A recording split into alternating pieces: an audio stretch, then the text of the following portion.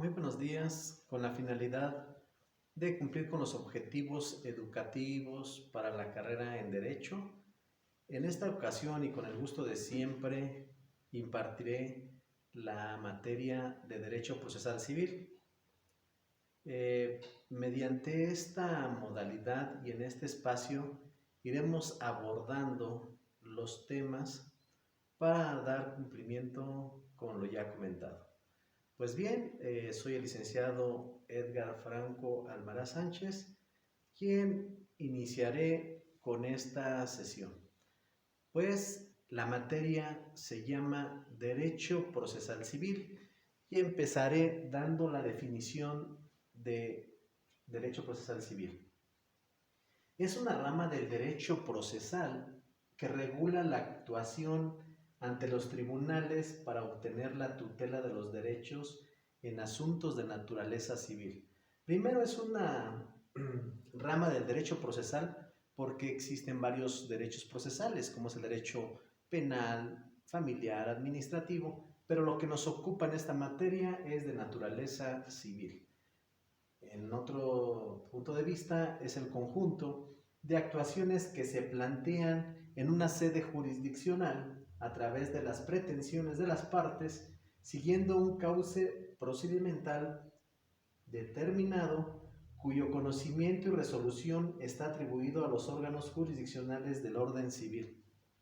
Pues bien, es un conjunto de actuaciones que las partes van a llevar a cabo ante un órgano jurisdiccional siguiendo un causal procedimental, es decir, nos va a ir guiando, nos vamos a ir paso a paso para llegar a la conclusión que en este caso dentro de un juicio civil será una sentencia.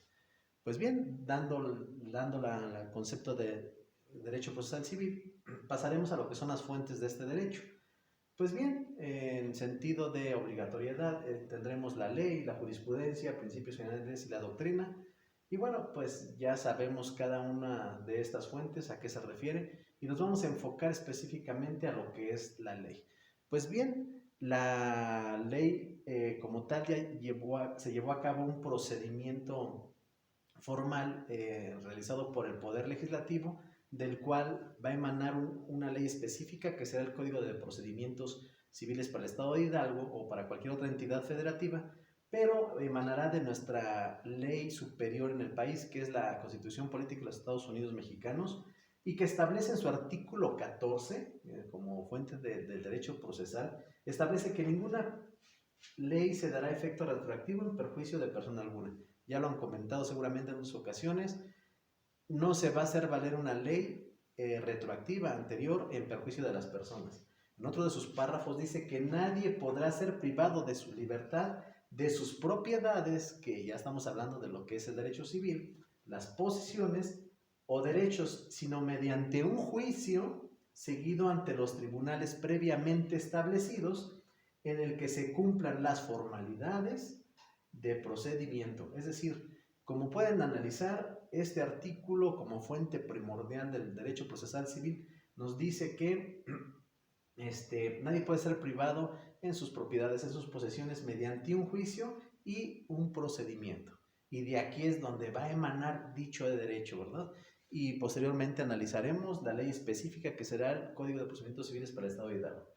Pues bien, la propia Constitución establece en su artículo 17 constitucional que ninguna persona podrá hacerse justicia por sí misma ni ejercer violencia para reclamar su derecho. Es decir, nadie podrá hacer justicia por él mismo, sino que tendrá que realizarlo mediante un tribunal, mediante un juicio, mediante los mecanismos que la propia ley establece, ¿verdad?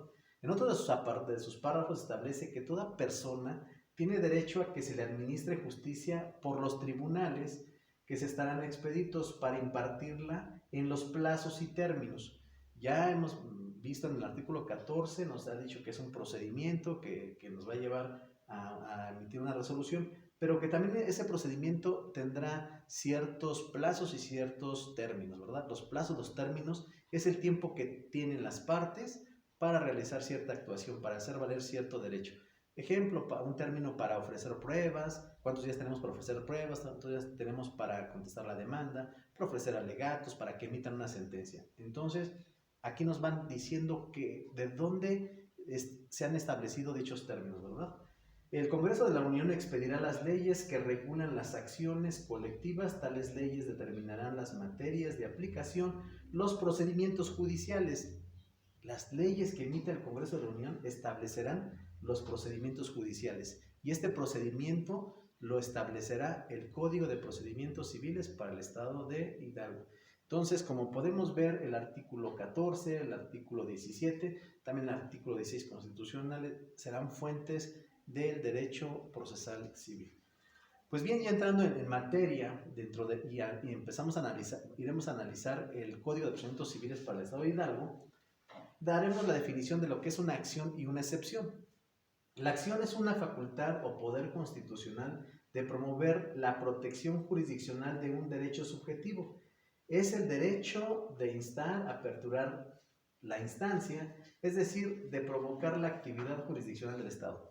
¿Cómo activamos un órgano jurisdiccional y solicitamos la protección de un derecho? Es mediante la acción. Y ya analizaremos más adelante algunas acciones como son la acción de cumplimiento de contrato, un reivindicatorio, una acción hipotecaria. Si no tenemos esa acción, no podemos activar ese órgano jurisdiccional. Y más adelante vamos a ver qué necesitamos para poder hacer valer una acción. Y bien, las excepciones, una excepción es un medio de defensa de fondo y de forma por el cual el demandado opone resistencia a la demanda del actor. Pues es un medio de defensa, las excepciones son un medio de defensa donde oponemos resistencia a la demanda. La acción la vamos a hacer valer mediante la demanda, el escrito inicial de demanda, y la excepción la vamos a hacer valer en la contestación de la demanda.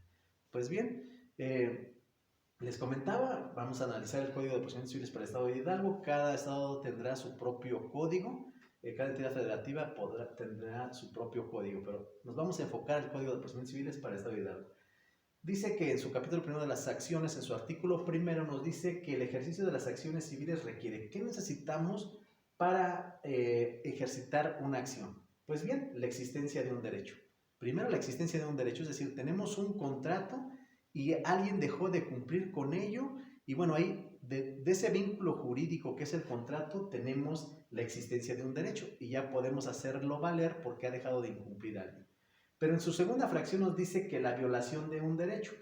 También, si tenemos el contrato y tenemos la existencia de un derecho, pero no nos los ha violado porque han cumplido en tiempo y forma ese contrato, tampoco podemos hacer valer esa acción.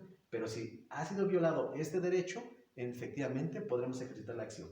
En su fracción tercera, la capacidad para ejercitarla por sí mismo o por un representante legal. Si no tenemos esa capacidad para hacerlo, la capacidad de ejercicio, o mediante un representante, un menor de edad, su papá, su tutor, el Ministerio Público o un representante legal mediante un poder, tampoco vamos a poder hacer valer esa acción, ¿verdad? Y bueno, el interés del actor por deducirla. Si el actor no tiene ese interés de hacerla valer, pues no podrá ir el vecino o el compadre a pretender hacer valer dicha acción y activar un órgano jurisdiccional. En su artículo segundo nos habla que la acción procede en juicio aun cuando no se exprese su nombre, con tal de que se determine con claridad la clase de prestación que se exija del demandado y el título que causa la acción. Es decir, si no sabemos qué acción es, el nombre de la acción, pero lo que sí sabemos es que en un reivindicatorio, que vamos a ver más adelante, que aquí está, pretendemos que nos restituya nuestra casa que alguien la posee, y tenemos nuestra escritura, es decir, tenemos el título o causa de la acción, somos dueños, pero alguien lo posee, solicitamos que nada más nos la restituya, nos la regrese. Eso bastará para que el juzgador dé entrada a dicha demanda. Y pues bien, ya analizando lo que son los conceptos y las características o cómo podemos hacer valer una acción, entraremos a lo que es específicamente una acción que se llama reivindicatoria. La reivindicación compete a quien no está en posesión de la cosa, es decir, alguien posee la casa, una casa, un día que llegas a tu casa, alguien ya está en ella y por ende pues ya la posee, tú eres el dueño. Pues quien tendrá ese derecho, ese interés jurídico, ese derecho para ejercitar la acción reivindicatoria será quien no lo posee. El quien está en la casa no va a poder ejercitar esa acción reivindicatoria. Él podrá hacer valer otra acción, tal vez una prescripción, una inmatriculación, una información de dominio, alguna otra acción, pero la reivindicatoria nada más compete a quien no posee la casa, pero que sí es el titular de ese derecho. Porque lo dice el artículo 12 que se intentará la acción, otra acción, aparte de la reivindicatoria tenemos lo que es la acción hipotecaria. Ya analizamos lo que es la acción reivindicatoria y el Código de Procedimientos Civiles nos va dando algún panorama, algunas acciones que podemos hacer valer dependiendo del asunto en particular de nuestro cliente, ¿verdad?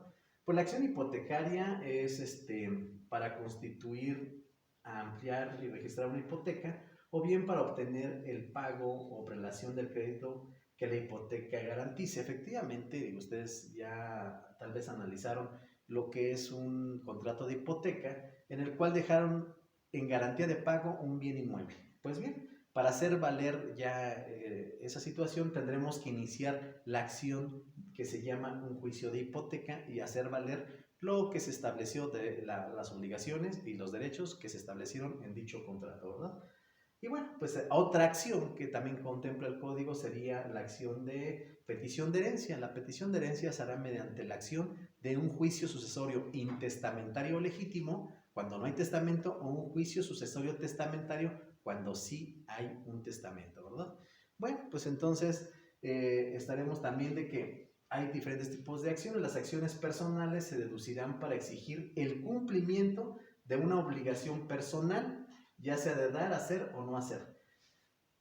Las acciones personales se harán valer porque se tenía la obligación de dar, hacer o no hacer un arrendamiento, y si es un arrendamiento y no tenía que hacer, no hacer modificaciones o daños al bien. Si lo hace, iniciaremos una acción personal, ¿verdad?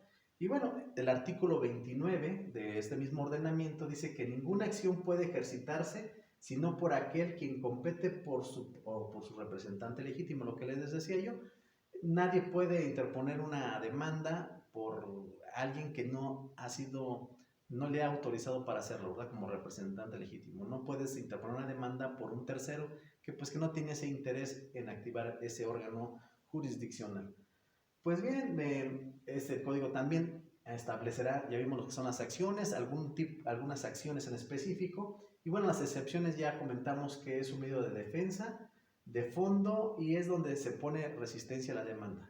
La acción se hace valer en la demanda, y la excepción es en la contestación, donde nos vamos a oponer a dicha demanda, vamos a poner resistencia a ella, ¿verdad? Y el artículo 35 nos establece que son excepciones dilatorias las siguientes, que van a dilatar el proceso, es decir, la incompetencia del juzgador, la litispendencia, la conexidad de causa, la falta de personalidad, la falta de cumplimiento del plazo y las demás que establezcan las leyes. Pues bien, la incompetencia del juzgado puede ser que demandes el cumplimiento de un contrato que fue celebrado en Tizayuca y lo pretendas hacer valer en el Estado de México o en la Ciudad de México. El juez no será competente por efectos de jurisdicción, es decir, si no hay competencia, esa sería una excepción. Le vamos a decir al juez, no eres competente y por consecuencia desecha dicha demanda, ¿verdad? Algunas otras excepciones las están establecidas en este artículo, como la falta de plazo también. Pretende hacer valer el cumplimiento de un contrato cuando el contrato se vence hasta dentro de un año, pues también la falta de plazo, la falta de personalidad, capacidad, podrán ser excepciones dilatorias y con las cuales nos opondremos a la demanda, ¿verdad? Y bueno, aquí están unos ejemplos de las acciones de la independencia, que consiste en que mientras exista un proceso pendiente, no puede haber otro entre las mismas partes por idéntico objeto y por la misma causa. Puedes iniciar un juicio de divorcio en el cual en el Estado de México demandas porque ese fue el último domicilio conyugal, o porque ese juzgado puede ser competente, y demandas el divorcio y una pensión alimenticia para los hijos, y después demandan otro juicio idéntico en el Estado de Hidalgo. No puede haber litispendencia porque puede haber contradicción en las resoluciones, ¿verdad? Pues bien, con ello damos por terminado lo que es esta sesión, agradeciéndoles la atención que tuvieron para mi persona, esperando les haya quedado claro estos temas, exhortándolos a que participan activamente en este espacio y en la plataforma estableceré las fechas y la hora para que nos podamos interactuar en este espacio para disipar las dudas y los comentarios que sean pertinentes para beneficio de ustedes. Muchísimas gracias, tengan excelente día.